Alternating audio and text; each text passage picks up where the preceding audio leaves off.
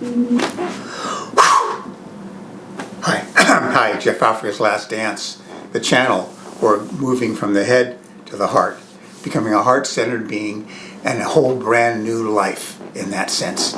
We're living, operating, seeing, thinking, treating others, listening to others, speaking from the heart. Okay, a new place to be, a new beginning, a new life. The magic, the mystery, the wonder, all of life comes to the fore once again. The way we used to feel when we were a kid, in a way. Remember that? Okay, remember now. I am who I am. I am good enough as I am. I am loved for who I am. I am who I am.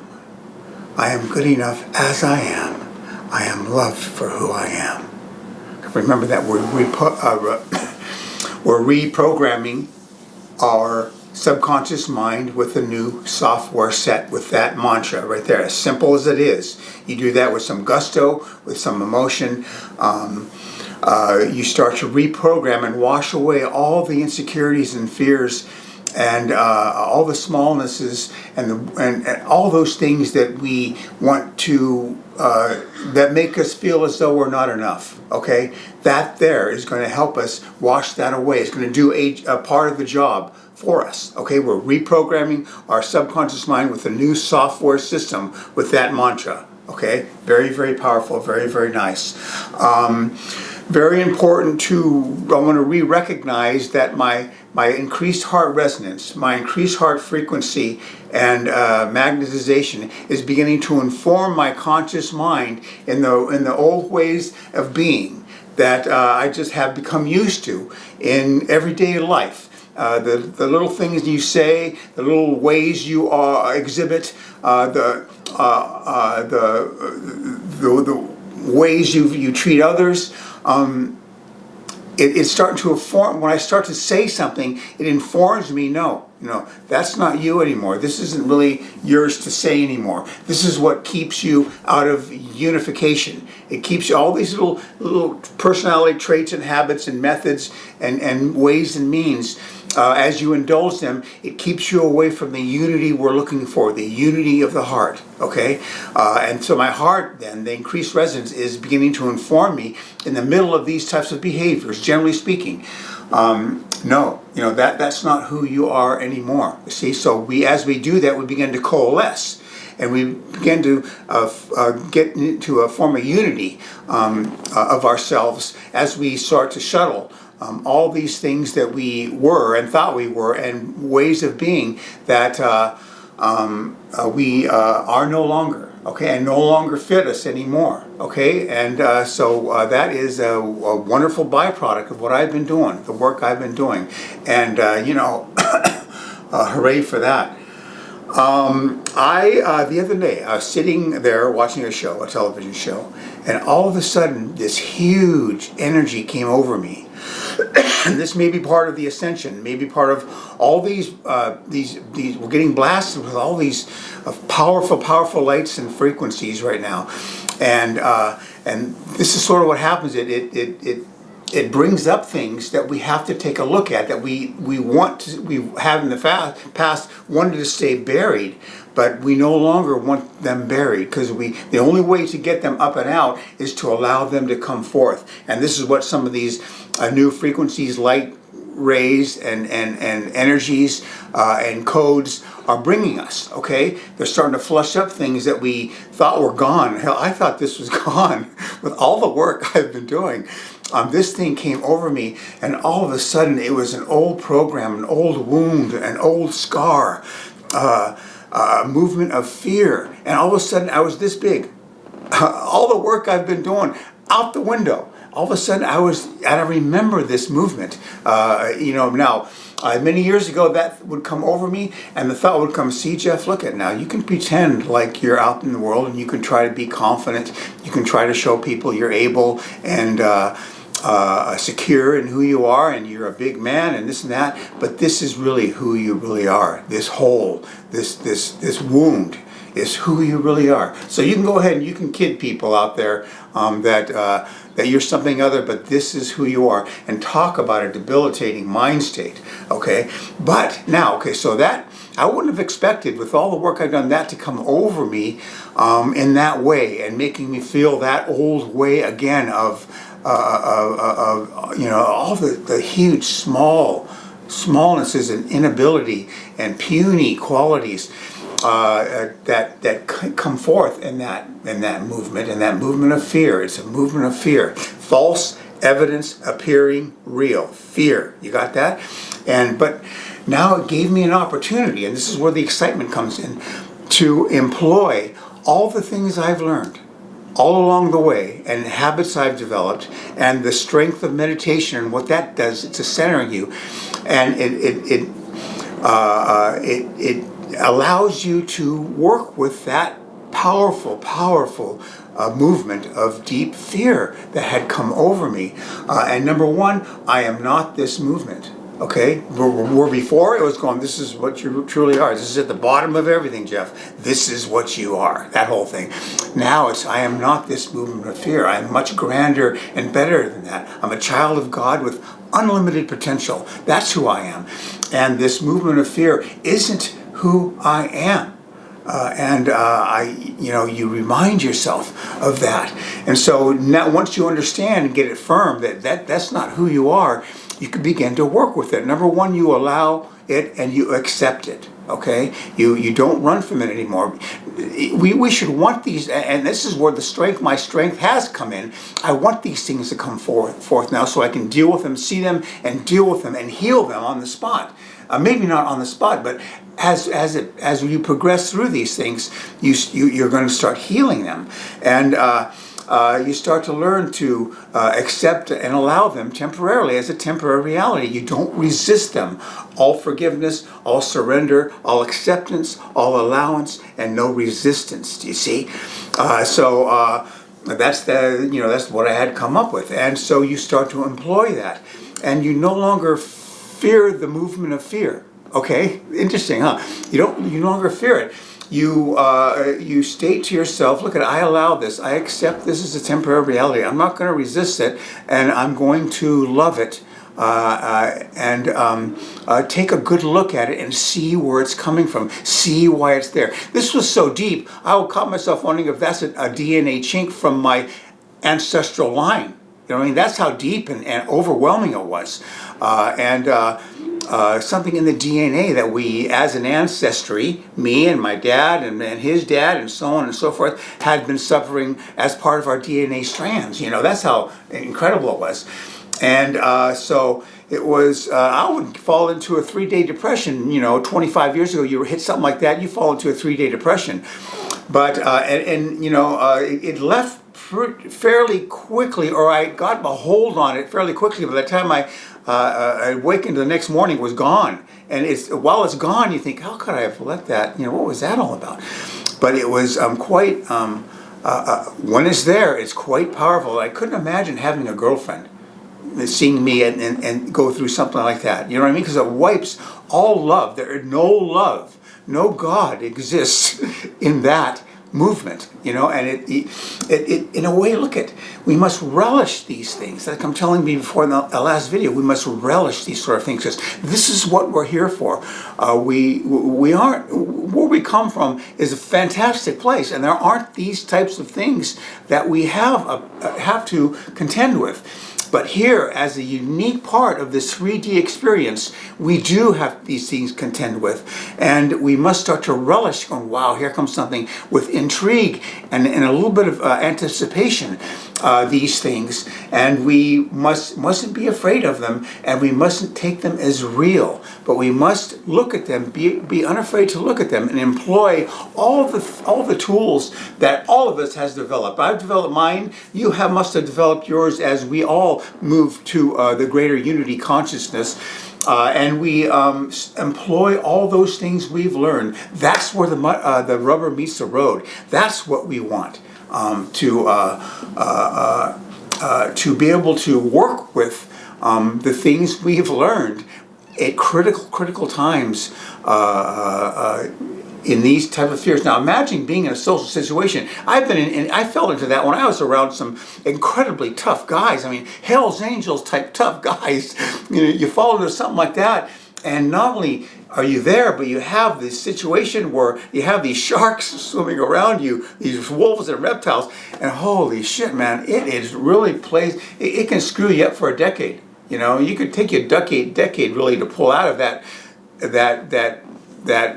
thing you fell into, that had shook you to the depths of your soul.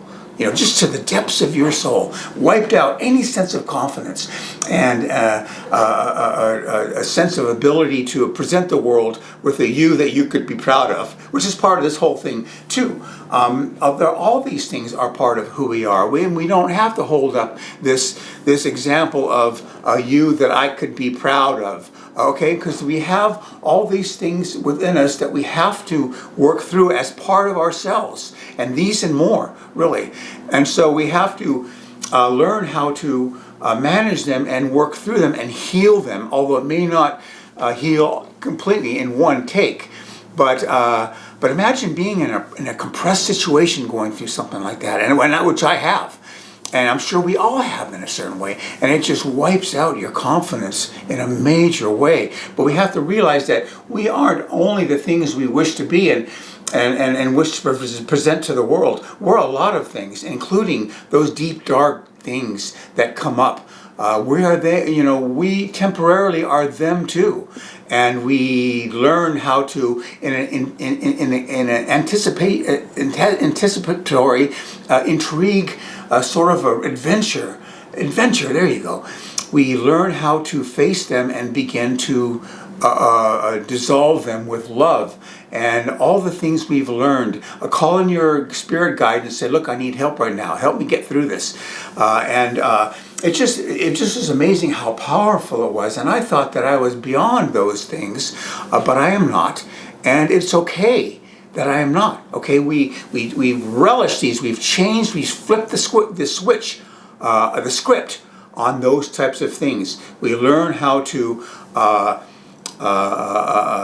accept them and to work them out of ourselves, so we can evermore work toward that unity consciousness, love base where we all want to go. Okay, so I just went through that, and it was awesome. It was truly awesome in its own right. How deep and powerful the movement was. Okay, I'm sure we all understand these things. Sometimes I think I've been cursed with these more than the normal, but I'm sure you understand what I'm talking about. This is as we face these things together, we lock arms in comradeship and in brotherhood and kinship and work through these things together, okay? So don't fear when those things come up.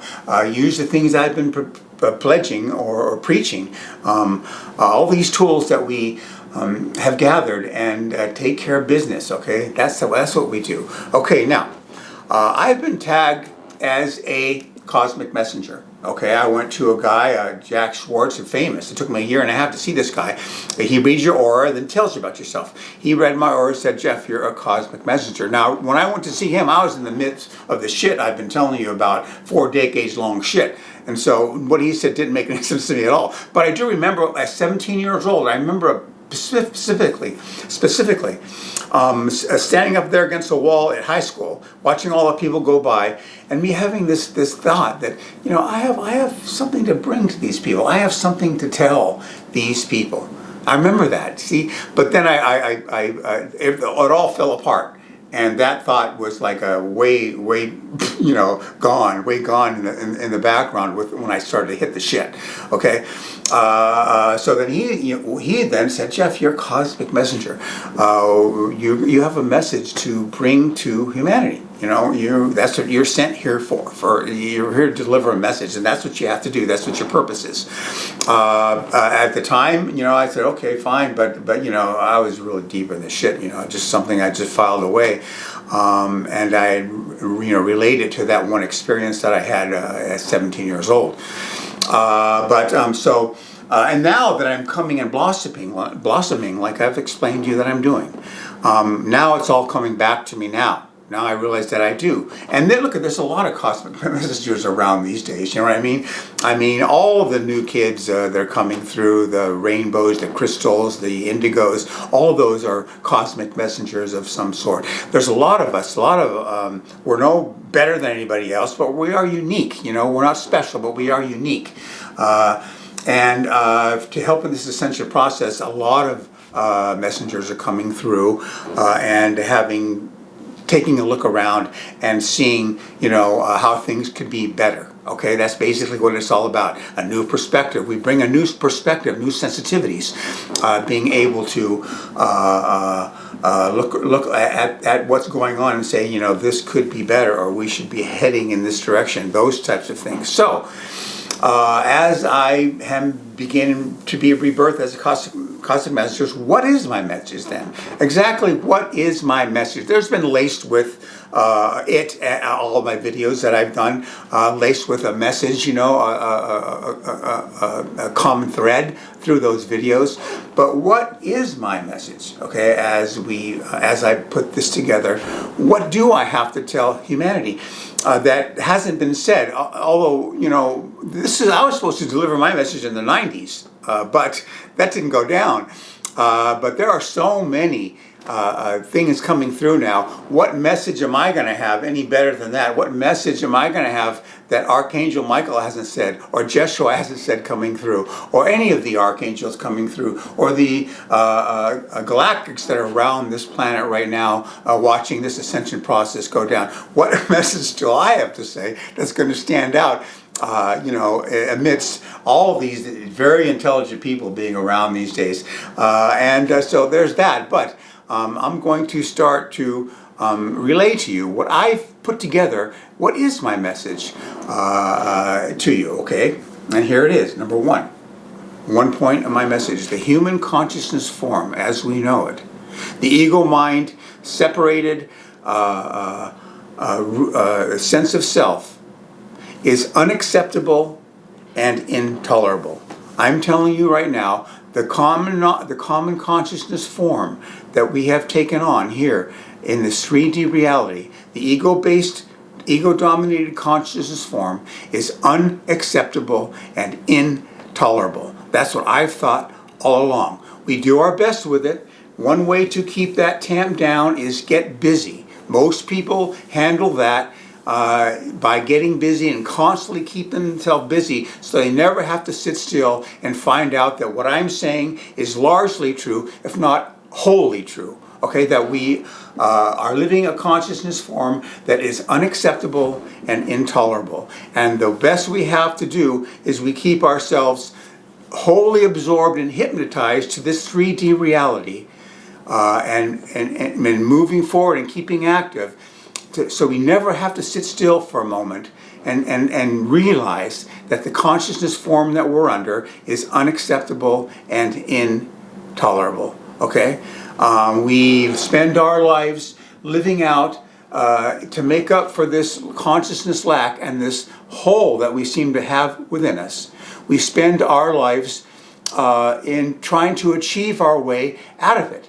We try in our little cosmic drama, a little egoic drama, in this prisoner mindset. We think that if we're going to be somebody, we're going to achieve our way out of this low vibrational reality and the sense of emptiness that we achieve, or what we're taught. What the social illusion complex teaches us is achieve your way out of it. If you achieve enough, one day you become great enough. One day you're gonna look around and you're going to be beyond. You're gonna solve this issue, and that's a lie. Okay, it's a lie. We become little egos with our little personal dramas, trying to live out this whatever it is we choose. We want to be a great guitarist. Okay, so we start to achieve some sort of musical notoriety. We then begin to compare ourselves to the other guitarists. We think of our legacy.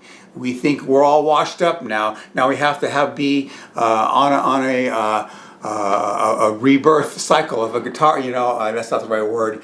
But we have to have a comeback now because now everybody thinks we're washed up. This whole personal drama. An actress, Faye Dunaway, she wants to be an actress. Her method of pulling herself out of the emptiness that this consciousness represents. Now she wants to be a great actress. She's kind of a bitch to work with. No, she's a stickler. She has all these egoic demands and permutations that she goes through. All the roles she plays, how they're remembered, what's her legacy now. This is the living out of a personal drama. Okay, that keeps us separated from the larger field of awareness and beingness that is more of what we truly are. It keeps us, as we live out this little small-minded personal drama, no matter how great legacy we've had. A guitarist, a golfer, I have won 14 Grand Slam, that whole thing. And that whole measurement and that idea of creating a legacy, that is a lie. We cannot get out of this form consciousness that is unacceptable and intolerable. We can delay our understanding of it by keeping ourselves fixated on this 3D illusion complex drama and trying to be someone, become someone, as a way to fix the hole in us that cannot be fixed that way. Not in this outer 3D world. In this outer 3D world, it's a very you can gain a little bit of satisfaction doing things, but they're relatively short-lived, and you're right back to where you are. The only way to solve this thing is to go inward and to start to understand what we have in us. And the especially the heart, what I've been after, the heart center, and how we have all these things in us we remain unaware of. All this jewel, all this, it's like a cave full of gold and jewels and precious metals all within us. And that's what we have to, that is the way out. Opening that door to the kingdom of heaven within, really, as Jesus would say. Learning past that emptiness and that mind-centered, oriented prisoner mind state that we have bestowed upon us, for lack of a better word, and that's basically the direction we decide to take. Another thing too, as we when we're kids, we're just playing kids. We're not struck by that. But then as we get to be teenagers, then is when we're struck with that unacceptable mind state. Okay, so we have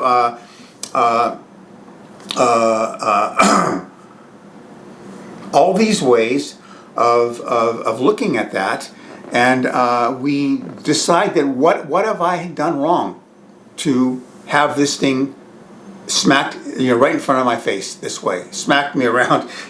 What have I done wrong? How that is proof of what a little shit I am because of this emptiness that I'm feeling now. And what we have to understand is we've done nothing wrong. That was designed. We're supposed to go through this, okay? It's baked into the process, the progress here, okay? It's designed for us to fall into that hole of emptiness and that ego mind, a prisoner mind state. So we work ourselves out of it. See, that's part of the process. So however bad it is, we make it worse because we think we did something wrong to get in it. That it was our lack of being the right kind of person to avoid us falling into that pit of despair. Okay, and I'm here to tell you that it was designed. We're designed to do that. We didn't do anything wrong. So don't add to the problem by thinking you did something wrong to get there. Okay, we're supposed to get there. Okay, we're supposed to go through that, and we're supposed to know and understand the right way of working ourselves out of it. Okay, so it's all planned. That's the divine plan. Okay, we weren't supposed to have it easy here. We're supposed to have it tough, and we're supposed to learn the right way out. Okay, that's what this is it. Okay, that's part of my message. Now there's more here, but we're getting too far into this. I want to be under 20 minutes. Okay, so as we go in the next few videos, I'm going to craft. That's another thing. We craft and create a persona to balance it out or create another reality to make it seem as though we are pulling ourselves out of the emptiness. So we create and craft a persona, which we'll be getting into also. But that is the beginning of my message there. Okay, do you see? Do you understand that? And now these things aren't really set unique to me. These things are like set all over the place. But I'm having my own little take on it, my own little version of it. And the information out there is all over the place on what I'm talking about. But this is the beginning of my personal message to humanity and to you. Okay, that this consciousness form is unacceptable at its at its base and intolerable. And we have to realize that, stop being so busy and take a good look at what is really going on within us. My name is Jeff Africa, citizen of Earth, loyal patriot of the United States of America. I stand unafraid. And these four, Paramahansa Yogananda, Jeshua Ben Joseph, Mother Earth, Divine Mother, I've enlisted in them.